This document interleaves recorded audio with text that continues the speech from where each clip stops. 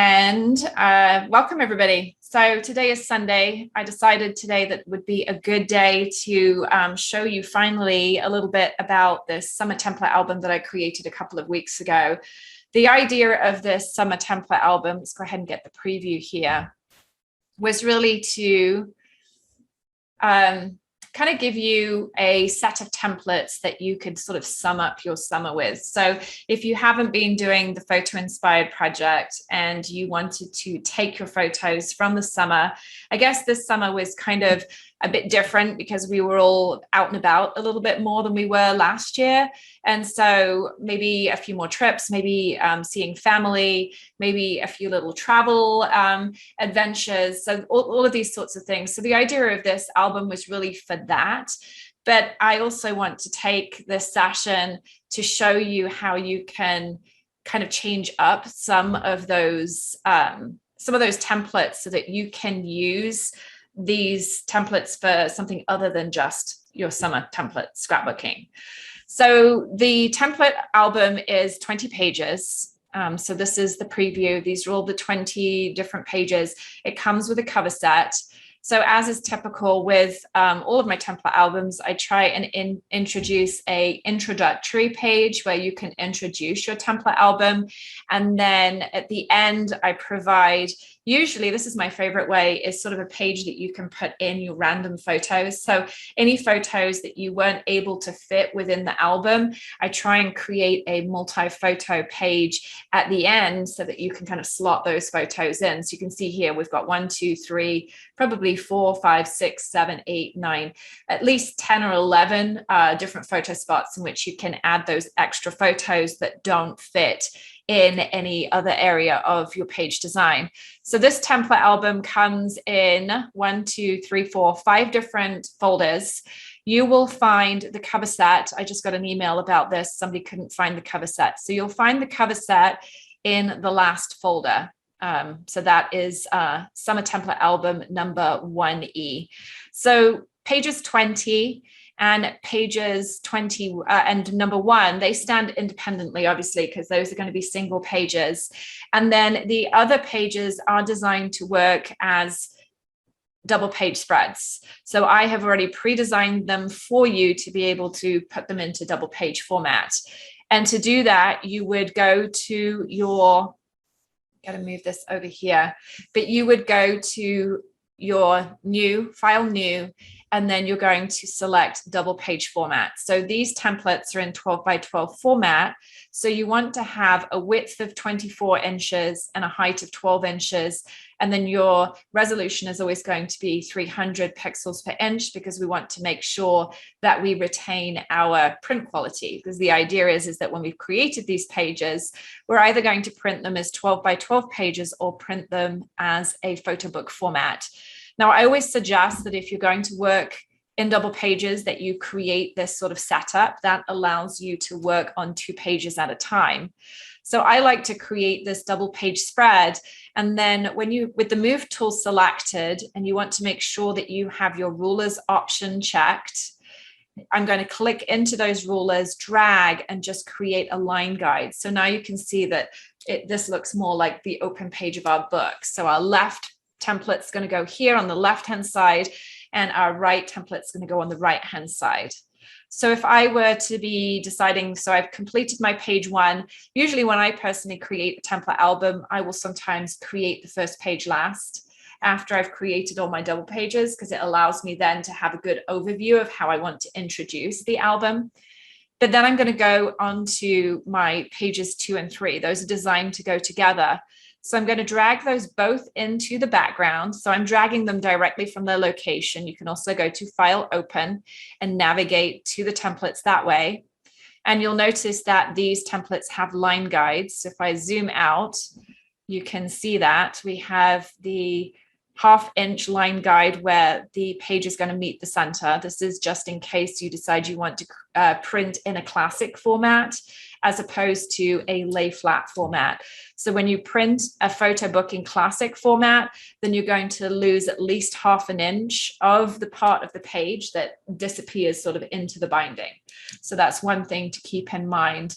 You do have classic books tend to be less expensive than the lay flat versions, but it really just comes down to preference. I personally like to print with classic books just because I like the feel of the pages a little bit more. They feel a bit more like a book, whereas the lay flat ones, I find that the page is too thick for my personal preference.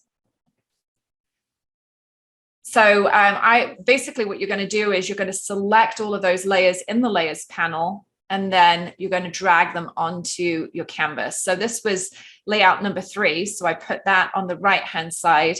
And then this is our layout number 2. And you can see that we've got the June tab there. So I basically designed this template album so that you'd have June, July, August, and you would have 3 double page spreads per month in order to be able to create your album. So the idea would be is that you pick the top 3 stories of that month if you wanted to do a double page spread with those stories, or you could pick 6 stories and you could have 1 story per page. So that's how I would sort of break it down, 3 to 6 stories for each month. So really it's just a question of selecting those layers in the layers panel and then dragging them over, and then you can just nudge them into position using the arrow keys on your keyboard. Let me know if you have any questions about that. I've got people joining as I am doing this, and so I'm trying to do 2 things at once here. So once you have your images in place, then there's a couple of ways that you can kind of modify these templates to make them work for you. Of course, you can take the June title. If you wanted to get rid of that, you simply just turn off that layer.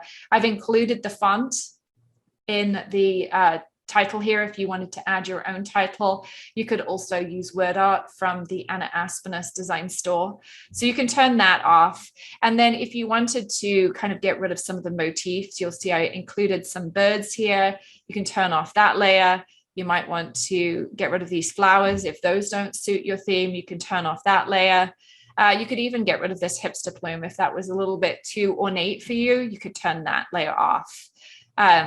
So there's lots of different ways you can kind of change that up in terms of the motif. You can change where these frames are placed. You can also kind of change, if I wanted this to be a bigger square, then I can borrow some frames from this template here, duplicate this and maybe drag it across. One of the things I like to do when I have when I've added the templates to this double page format is get rid of the background layers. These background layers can be real pesky. And if you want to add a solid paper or an artsy paper in the background, then do it directly above the background layer. That way, when you create these different layers, you can kind of move them back and forward and see them, and they're not going to get hidden behind that background that was imported. And then you can kind of move it up to the top here. So if I wanted to replace that small square with a larger square, then I can just borrow a different frame. So you can move these frames around. You can rotate them if you wanted to. I wouldn't resize them. That was accidental. If you resize them, you're going to lose the perspective of the frame. It's going to look different from all of these other frames. So I would refrain from doing that. I would definitely copy a frame. But if you wanted to change this portrait into a landscape, then you just sort of do that, duplicate the layer or rotate the layer and then turn that layer off. And you can even do the same thing with the shadow. So you can use your arrow keys to move the shadow. You can also flip the shadow horizontally or edit, transform, or flip it vertically. So there's lots of different ways you can kind of play around with the shadow and to make it fit. I think I want to go to transform and then flip horizontal for some reason. You can also rotate the shadow too. So you can change the shadow if you decide you want to change the orientation of the frame. So that's kind of how I would change up that. You can, of course, introduce other motifs. So if you wanted to bring in, I actually like the hipster plumes in this, but you can turn them off too. I made sure that all of those sort of thematic components, you could turn those off. And then if you turn off an element and you find that you want to contain the image, you can see that this blends into the background, whereas the rest of the area has these stains around it. You could potentially borrow a stain from a different template. So you could duplicate the stain, for example, and then you could maybe rotate it around. So you could add this in, or maybe add this in like this. So you could play around with adding in different stains as well if you wanted to add those into the mix as well, and then use your eraser tool to get rid of any of those areas that are exposed and that you don't want to see in your design. So once you have that done, then you can go ahead and pull in some photos. So I'm going to go back to last summer and see what we can find. I know I have some photos from visiting,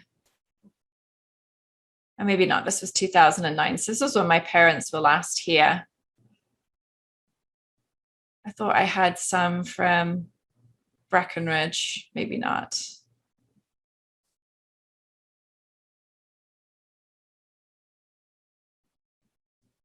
I guess we'll just scroll down and see what we've got down here. Okay, here are all the pictures from Breckenridge. So let's go back to last year, because I feel like I just did something with those. So last year, Eric and I went to Grand County before the fires came through and got some really nice photos. So these will be good for me to play with in this page.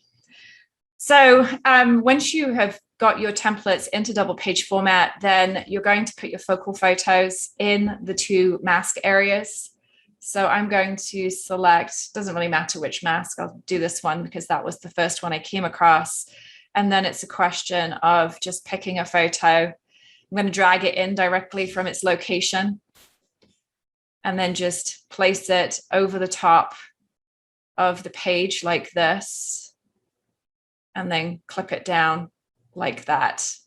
And then once you have it clipped in place and you've got it the right perspective, then you can go in and you can start changing the color of these stains. So the idea of these stains is really to recolor them in areas in which the photo bleeds out. These stains work to contain the image, so it prevents this blue kind of awkwardly blending into the white. It provides some definition there. It looks intentional.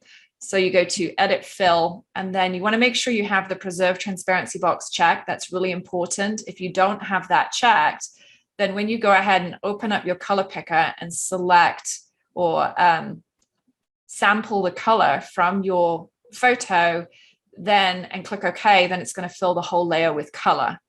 So if I now go to Edit Fill and preserve that transparency, now you can see that that is recolored or OK. So that's fairly easy to recolor the sky area. This one's a little bit more tricky. You're going to have to sort of play around and see what works best. For me, in this sort of situation, I tend to go with a neutral, which is usually sort of a brown color. So I'll go with brown, and then I'll go to my hue and saturation, and I'll play with perhaps how bright that is, maybe lighten it up a little bit, maybe play with the hue, and really just sort of play around and see what fits best. So maybe this off green, I don't want it to be too green. And you just go round and just change the color of the stains. So let's go and we'll do this one, do that one blue, and then this one too on the other side. We can do that one blue. Whoops. So you're just going to go around and do that. And then you're going to be able to do the same thing with your other photos. So for example, here's Eric. I can drag him in here. Make the photo sort of fit the frame a little bit, maybe rotate it a little bit using those transform controls. And then go to Layer, Create Clipping Mask. You can also take that frame and then, let's do this one this time. You can take that frame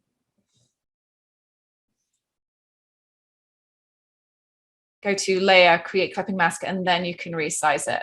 So you can do that as well. I did recently have questions about using these double frames. You've got a couple of different options. You can turn off the frames if you want to. And so you've just got one frame. I personally like the depth that these overlapping frames provide. So there's a couple of different options for using them. You can do 2 copies of the same photo in the frame. So for example, let's use this photo here. You can drag this in. Now you want to make sure that the photo covers both frames. So I like to resize to make sure that the photo does actually cover both frames here. And then you're going to clip the photo to one of those frames, and then you're going to duplicate that photo layer and then drag it down to the other frame. I think it's here like this, and go to layer, create clipping mask, so that you've essentially got the same photo clipped to 2 different layers. The other option here is to have your photo just fill one of those frames like that. And then you can use a artsy paper to fill the frame back here. So if I go and I navigate to some of my recent releases, let's do Ambage, because I think that one will go pretty well. So you can navigate to your papery and you can just pull in. So I'm seeing the yellows and the blues basically. So that's what I'm sort of looking for here. And you can drag this into the background. And then you can go to clipping mask. So you can have it like that. You can resize it. You can move it around to get the best fit. So I quite like that look like that. You can even change the color of it, of course, change the levels. They're quite strong photos. So I've changed the levels there. If I want to go to hue and saturation, I can play around with that if I wanted to. Bring in some more of those oranges. So that's another way you can use those photos. And then just to sort of complete this, you can pick up a different image. So let's find a different one here. This one, maybe. I don't know if I already pulled this one in, but there we go. Add this one in like that. So the key to this really is to select the mask before you introduce the photo. I pretty much changed the color of most of these brushes. There's one up here that I probably would change. So I'm selecting it.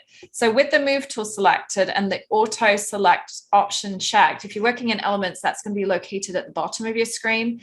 This allows me to click anywhere on my layout design, and it's automatically going to select that layer in the layers panel. So notice when I click on that brush, it's going to select that texture. And then that allows me easily to go to my color picker. This one I just randomly selected a color because I want it blue, but I don't want it so bright. And again, I can go to my hue and saturation here and I can play around with the different colors to find whatever works best. And I can play with the saturation. I can make it brighter.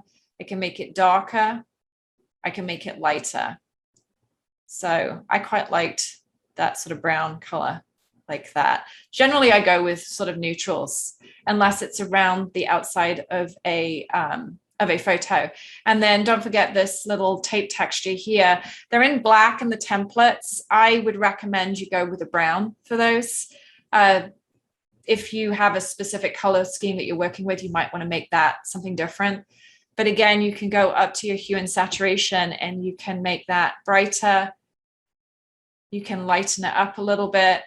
You can change the hue. So it's definitely worth experimenting to see what looks best. I personally like brown. I think brown works pretty good for these tapes. What I love about these templates is that you don't have to do too much to them to make them look good. At this point, I could just go and add a title. So if we go to our Word Art Mix and maybe pull in some of this. So I'm just going to bring in 2 titles here, drag them onto my layout design, and I pre-selected the layer into which I wanted to introduce those. So I could add this here and then add this over the top like that.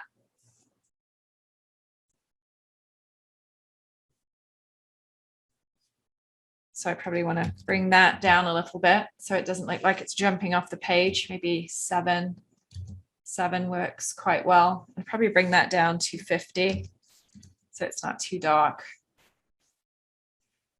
Like that, and I've already included the stitching. So the stitching would be a good place maybe to place some elements if you wanted to. If you're interested in learning more about design and where to place your elements and specifically using visual triangles, then check out my brand new class that is now available, and it's $10 off for the next week or so. I'm working with some of my team members to put together a post to show you a bit more how this class is going to help you. Originally, it was just going to be how to do visual triangles, but as I got into it, I was really just focused on trying to give you indication of when you have a page like this, where to place the elements and practical ways that you can actually figure out where to place the elements based on the lines that exist within your artistry. So I'm really proud of this class. I think it's really different, and I think it extends just what visual triangles are. But I used visual triangles as an example because that happens to be my favorite design principle, but it really digs further deeper into this concept of, okay, that's great, I've got a visual triangle, but how do I know where to place the elements to create that visual triangle? So I really kind of dug deep into that. If you have any questions about that class, then just let me know. I'm happy to answer them, and we can put the microphones on at the end if you want to ask me any other questions about that. Charlene says, so much more than visual triangles, loving it so far. That's so good to hear. I can't wait to hear what you think, Charlene, about the class. I was super excited about it. It ended up being so much more than I thought it was going to be. You know, I have these ideas, and then when I start really digging deep, it comes out as being pretty cool. So yeah, Kathy, definitely sign up for it. And if you guys hate the class, I will totally give you your money back. I do not want to rip you guys off and sell you something that's not worth its weight in gold. I really work hard to really try and teach you beyond oh, you put this here and you put this here. And that's easy for me to say because I've been doing it for 20 years. But to provide you with practical ways that you can apply using, simple tools in Photoshop and guides to be able to decide where to place your elements, the best places to place your elements, and how the visual triangle can be put together in so many different ways. So once you've done your first page, obviously, then you're going to go on and you're going to do your second page. Now, I did the second page first. The whole point of working on 2 pages at a time is to speed up your process.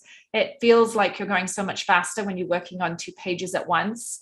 It's also a really good idea that then you can kind of make those 2 pages sort of be cohesive with one another. So I can now maybe bring this photo in. I'm working with the same sorts of colors. So it makes it pretty easy for me to be able to do that. Drag this one in here.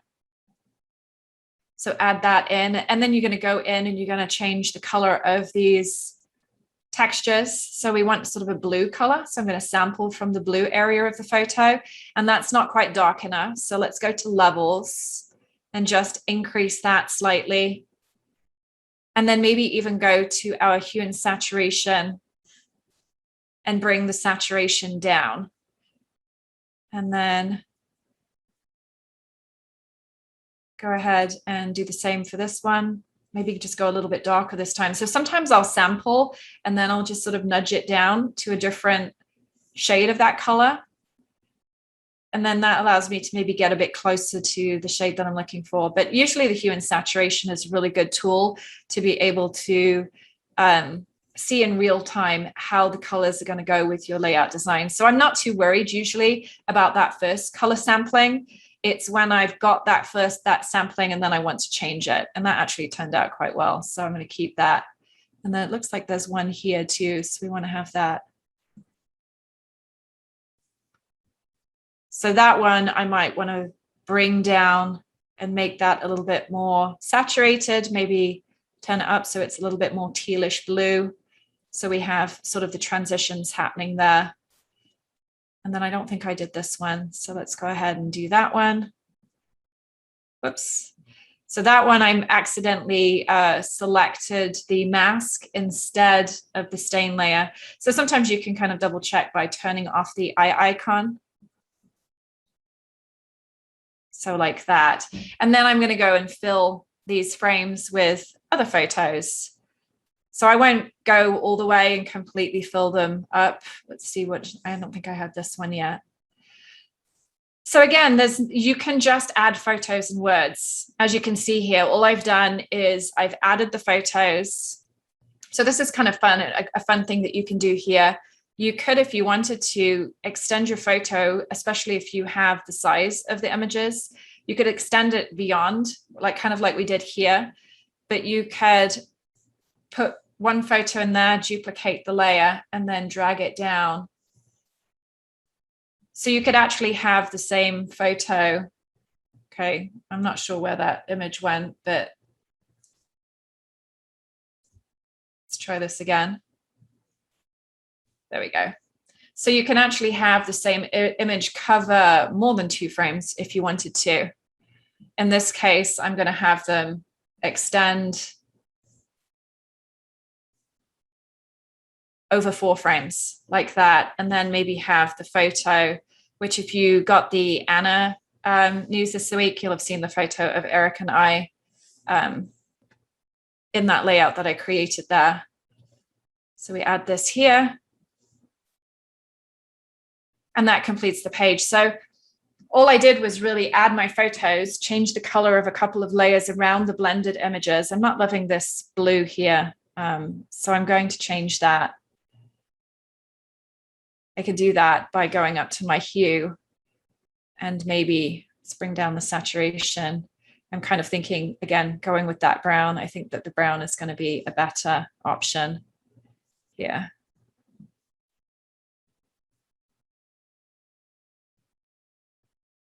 And kind of get that to match like that. So I think the brown's better. If you don't like that, you can also turn it off too. So that solves the issue as well. So all I did was add my photos, recolor some of the layers, and then add my photos. And of course, there are different places you can add these journaling boxes. If you don't need them all, you could just turn them off, and you could add more artistry in there. So you could add elements in there instead if you don't need all of those text boxes. And yeah, I mean, you're going to add your elements if you want to. I sometimes don't even add a background. You could add a background if you wanted to. Go ahead, go down to the background layer here. You're going to go back to your background papers. So we have a lot of solid papers here and lots of artsy papers. So for double page spreads, I wouldn't suggest you use the artsy papers. Those are better for single page spreads, unless you've done my artsy doubles course. If you've done that, then you know how to use the artsy pages with the other elements that are in the ArtPlay palette. But otherwise, I would just focus on a background paper. And then once you've got it onto one side, then duplicate it and turn it onto the other side. So you could have a different color. You can change the color of that by using your hue and saturation. If you wanted to have more of a blue, you can make it lighter. I personally like these pages usually being white. So just turn those off. And you could go in and you could add in transfers. You could add in different elements. I think there was I think I included birds with this collection. So if you wanted to add in different elements, you could add a brush in there and add that sort of over one of your elements. So you can embellish your photos any way you like. These can be resized. They can be recolored. So if I wanted to bring this up, bring it above our photo layer, go to, again, these are black. So I like to work with sort of mid-tones, mid-gray area. So I typically will recolor these to being gray. And then I like to work with blending modes. So then you can start playing around and seeing if there's a way. Doesn't look like it's dark enough. That should work. Why is it not working? I think it's not on top of the right. We've got to go up. It's hidden, you see? So now if I bring it up right to the top of my panel, you can now see that. So that's color burn, linear burn, to bring that color down a little bit. So you can change the settings of that as well. Any questions about any of that? Let's see, there's lots of comments, which I love. You guys are so good at keeping me company. Everybody can hear me, so that's excellent. And then Liz says brown is a good color for stains. It seems more natural. That's kind of what I think. Unless you have a sort of an obvious color from your photo, then brown is a good place to go. And Charlene says these photos are gorgeous. I know, I haven't even like edited them as well. Isn't that crazy? So it was really sad though, like literally 2-3 weeks after we visited, this whole area burned down from one of the fires. It was hit really hard. We haven't been back since, but the little house that we stayed in, this one here, it was Eric's boss's cabin. Literally all the cabins around it burned down, and this one was the only one left standing. It was crazy. So yeah. And then Kathy says, I like your teaching style and how you explain why you do what you do. I find it makes me look beyond my normal style. Yep. I think it's really important as a teacher, and I've learned this over the last couple of years, is that just because I know what to do doesn't mean to say that it comes intuitively to you. And I've also had a lot of experience, and I've also made a point of learning this stuff inside out so that I can teach it. And so I'm always looking for ways to be able to pass that information on you in a way that makes sense and is practical and is not, oh, well, it's easy for me, so therefore it should be easy for you. If I can give you tools and ways to be able to make it easier for you, then that's kind of what, I'm always trying to do. So, and of course, if you wanted to use these pages as individual pages, you could do that too. So if we go back to our summer pages, and I'm sorry if you can hear my washing machine, it's like right next to my office. I had to get Luke's sheets washed, bless him. So, okay. So if I wanted to use a single page spread, then I could just pull in and just use one of these. You can also mix and match different templates with one another. It's just that I've kind of done the work for you. So if you want to make it more difficult for yourself, then you can mix and match the templates. But I definitely, if you're a newbie, then I would start off and just kind of do 2, 3, 4, 5, 6, 7 and do them together, because that's how they're designed to go. But once you sort of get a feel for it, then there's no reason why you can't take one template and mix it with a different template based on the orientation of the images. So yeah, so if you were doing just a single page spread, then you would just do the same thing here, where you would just work on the actual template. And then let's go ahead and I'm just going to minimize this. I don't want to close it out. Let's take a look at the cover. So the cover I provide to you if you decide you want to print a photo book. So this is the cover. And again, you can customize this cover. If you don't like the butterflies, no problem. Go ahead and select that layer and just turn it off. And then that way you can add whatever you want. The idea here would be to add in a title of your choice. So you could use word art, or you could add your own title in.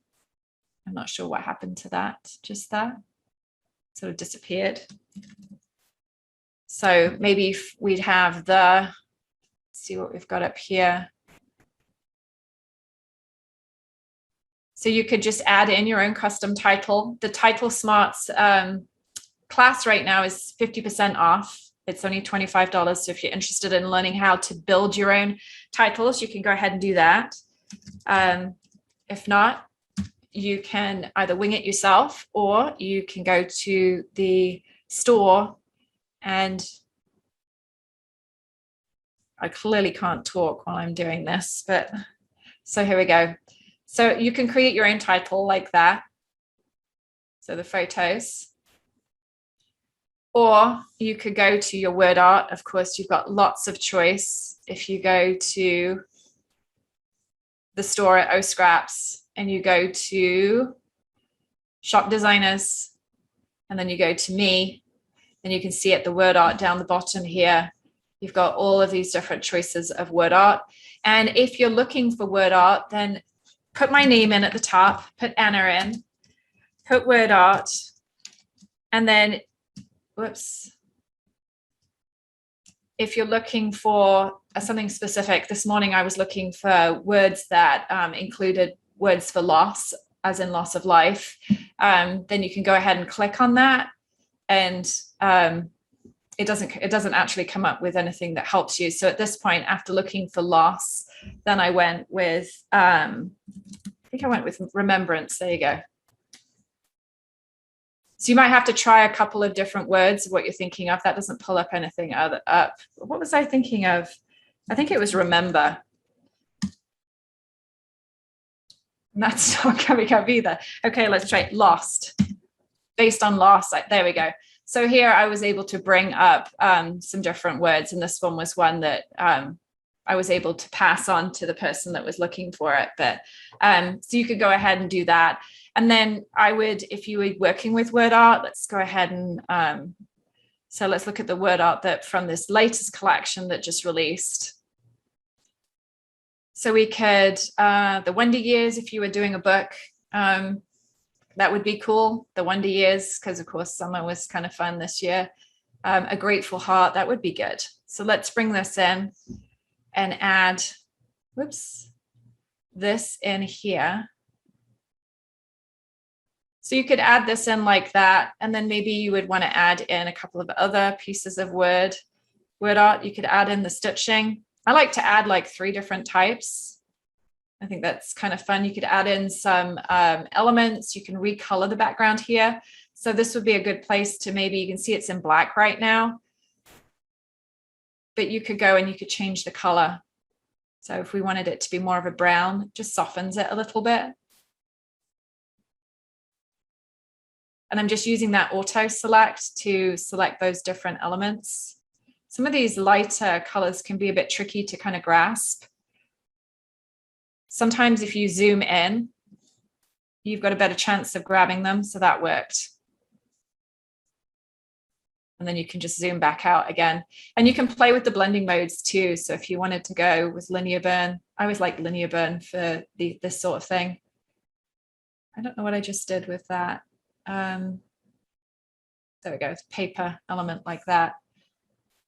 I just feel like it gives it a little bit more depth when you add the linear burn. And then Joy, let's add this in. And we've got 3 different types. Whoops, keep grabbing those by accident.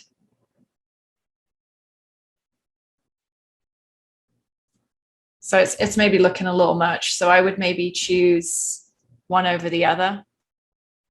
So I'd add maybe a drop shadow to that woodward, and I'd either have the woodward or have this beaded threads. Whoops, why is it not letting me grab that?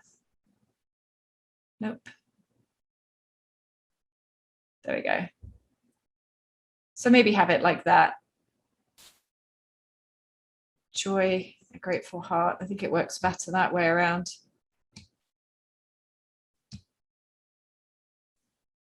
They can be a little bit tricky sometimes to grab hold of, these fine word arts. So you can kind of move it around and just find the best fit. And it might be, there we go, Joy, a Grateful Heart. I think that that works well. Let's reorganize those layers. And if you hold down the Control or Command key, then you can turn off that auto select option. Because otherwise you end up doing that if you don't. Let's try that again. And there we go. And then you can rotate those elements together. And then you could add some embellishments. So it'd be a really fun place here to add in probably a really easy way to embellish a cover would be to use multimedia elements. So something like this. I would perhaps bring in, let's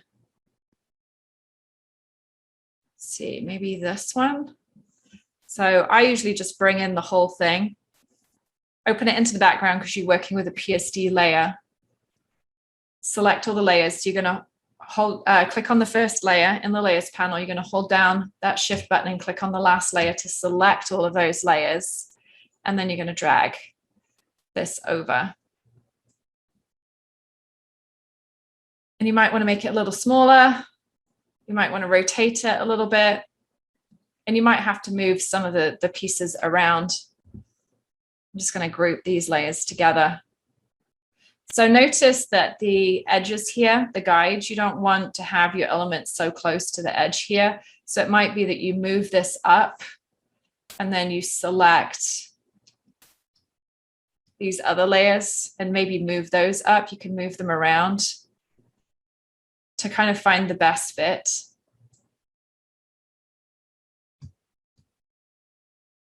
And you're just going to kind of move these things around to get them to work. Joy, maybe have joy down here and have that like that. And then we can move this up a little bit. Pull this around to the side.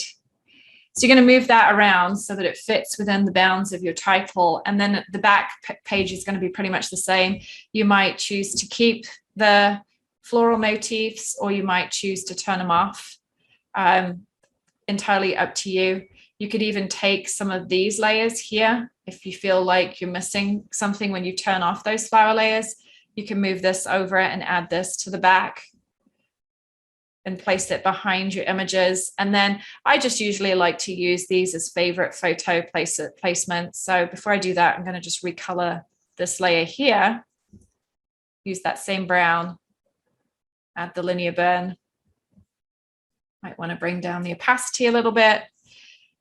But the same thing, you're going to select that layer and then you're going to go and select a photo, one that you haven't used before. Let's go ahead and drag this in.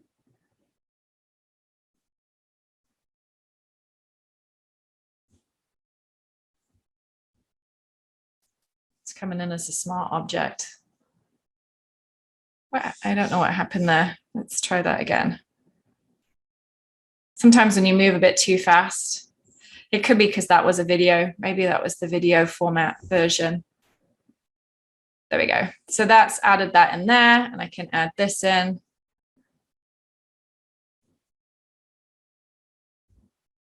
And maybe if I wanted to, I could add this to both of those layers. So I could duplicate that layer again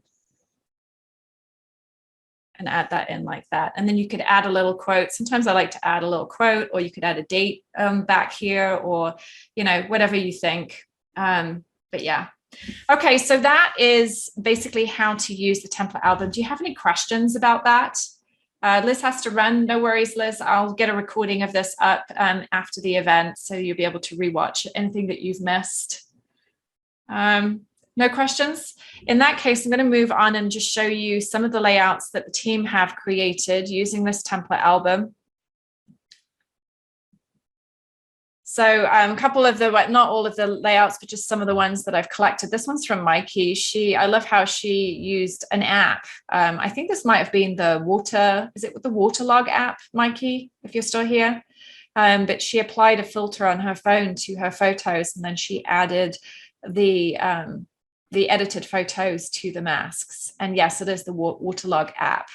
And she's pretty much used the label for the August that I provided, and she's added in an additional title, and then she added in her elements too. Notice how she's kept the elements fairly simple, which I really love. I like how she studded her tree with these brads. They look like little apples. And then Diane, if you're not familiar with Diane's work, she works in 8x10 format. She's done numerous blog posts that can be found at annaaspinusdesigns.com on kind of showing you how she takes my 12x12 templates and she manipulates them and uses them to create in a double page 8x10 format. So she's got 16 inches running across the top here, and she's got 10 inches running down the side. And so the center of her page comes down the middle here. I believe she prints in lay flat format. And another one from her here as well, same sort of thing, where she's sort of taken the different pieces of the template and adapted them to create a double page spread. So essentially what she's doing is she's going to her new layouts, she's putting in her width of 16 like this, and then she's creating a double page spread that looks like that.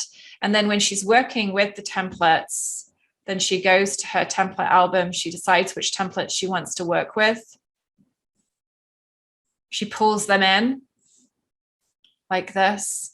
And then she starts working with the elements together. So I think if it were me, I probably would deal with the blending, the photo blends first. So I'd bring this in and I'd decide where I wanted that to go. So I'd have to kind of resize it to fit within the bounds. It might be that you want to have it so that it extends across both pages like this. So it could go like that. And then you'd have to go in and start adjusting. So you could have this photo blends actually stay on one side of the page, or you can have it extend over to the other side of the page. And then the same with the frames. You're going to grab the frames by holding down that shift button and selecting those. Let's drag this over. Ideally, you want to bring the frames up on top. And then you can start moving these frames to fit within the space. Like this. And it might be that you want to add in duplicate copies of frames. So maybe you want to duplicate this frame and have this sort of like this. You might want to rotate the frames like that. And then you can do the same thing with the text. You can bring the text boxes in. And you can start playing around to get those to fit. So maybe have this one over here like this. If you duplicate this one. And really, it's just like, I always equate this to being like a jigsaw puzzle. You've got all of these different pieces and you got to kind of try and make them fit within your canvas. And so that's pretty much what I'm doing here. I'm just moving these pieces around to kind of make them fit in the space. So you could add that in like that. Maybe you want to delete some of the text. So we could delete that. And so that fits in there like that. And then you can start adding in different brushes if you wanted to. So, and also other digital art supplies. If I zoom out like that, you can see how that's coming together. I probably did not move that.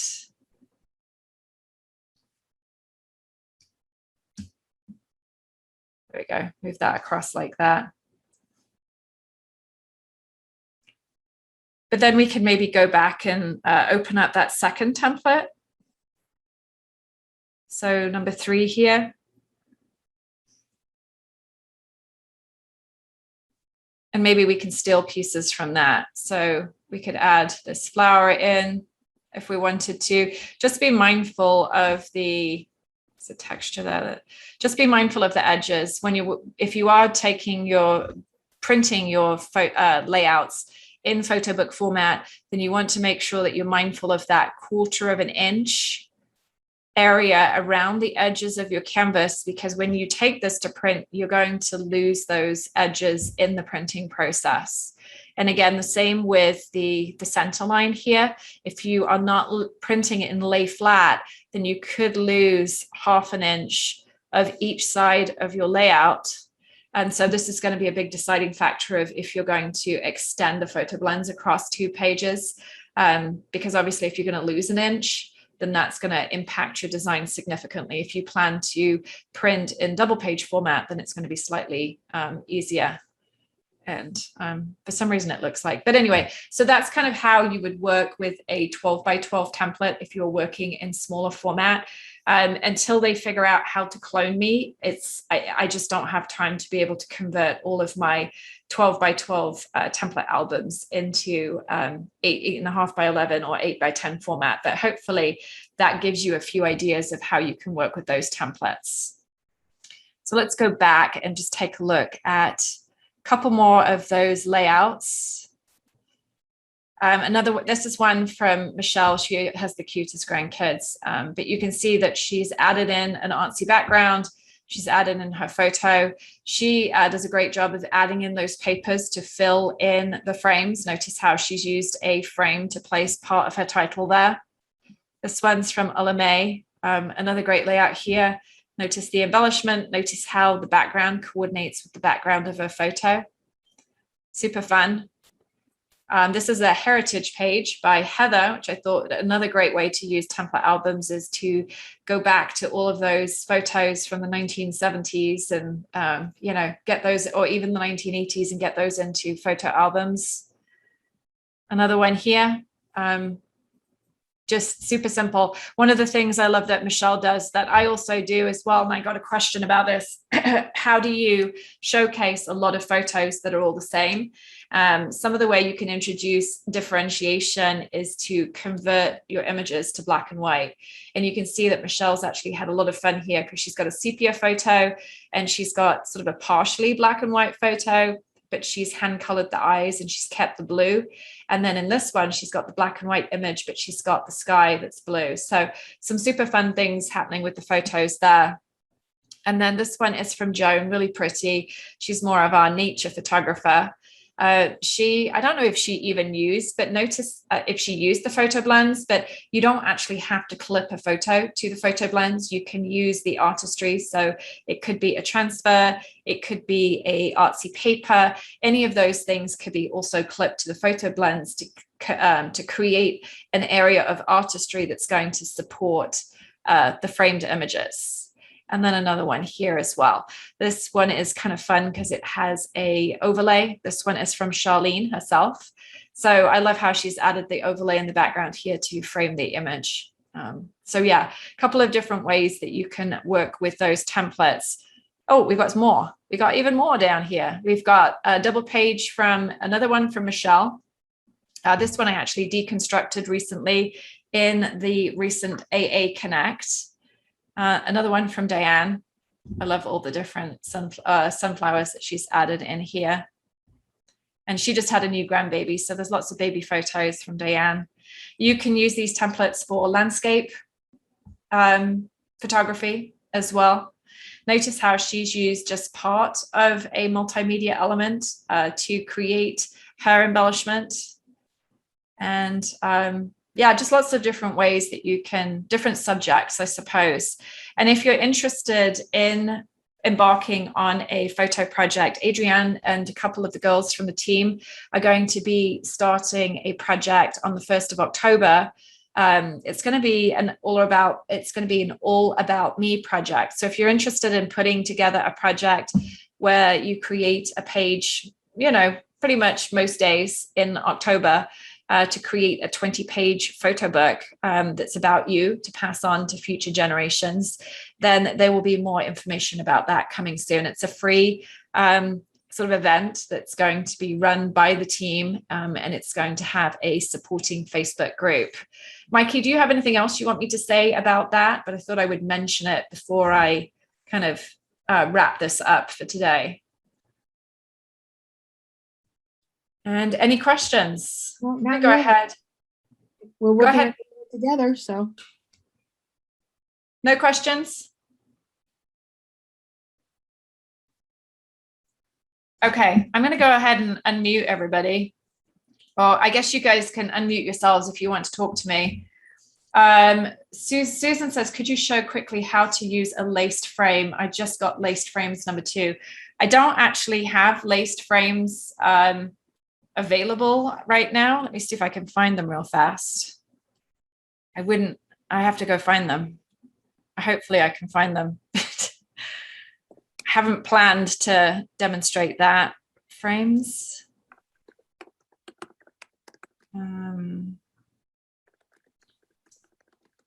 Got LacedFrames number 1 here, but I don't know where LacedFrames number 2 is. So LacedFrames number 1, I would use these to place over blended photos. So I'm not sure they would necessarily work so well with a template format, more of a sort of a a single format. What am I?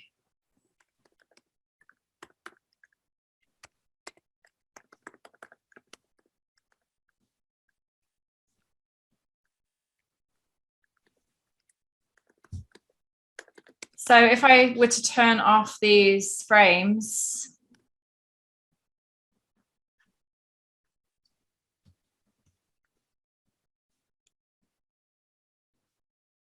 like this. So say, for example, I was working on a single page spread. Let's go ahead and make this into a single.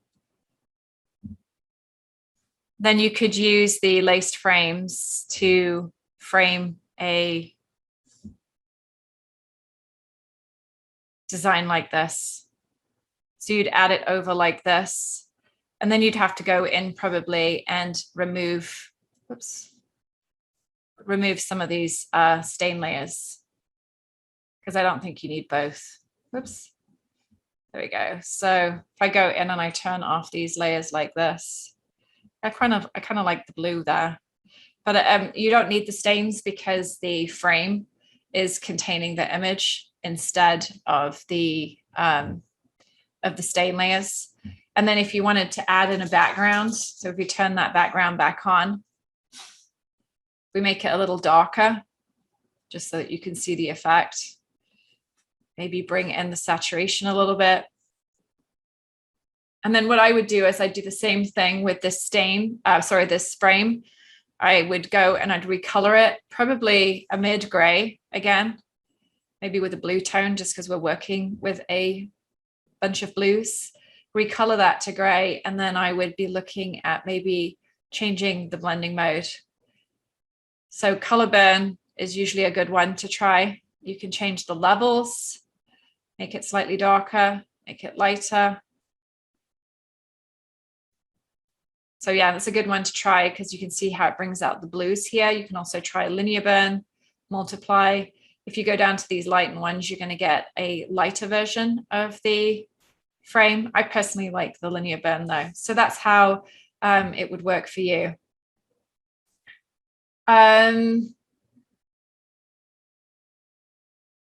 Okay, so hopefully that helps, Susan. And yes, we can look at doing a blog post. I'll see if one of the team members wants to put a post together about using the lace frames.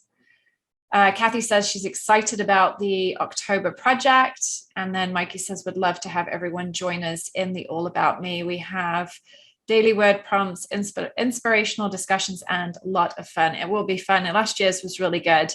And Kathy, October is her birthday month, so that's awesome. It'll be a fun thing to do for yourself. Okay, excellent. Helped, Susan. Any other questions before I go ahead and close this down? And then I will aim to get the replay out. I don't know if I'm going to get to it today, but hopefully at some point next week I can get it onto the blog so that you guys can look at this again and work through it at your own pace, or just refresh your mind on some of the points here. Great. Okay, then. Well, in that case, I am going to go ahead and see if Luke's okay. Poor guy. He is like 10 times sicker with this mono than he was with COVID. Don't think I've ever seen him this sick, bless him. So it's going to be a few weeks before he's back on his feet, I think. But yeah, so I'm going to go check on him, and I have a few things. I'm probably going to email you, Mikey, about this project and see what you need from me. I'm thinking we might need to send out an email just to kind of let people know the main details of the event.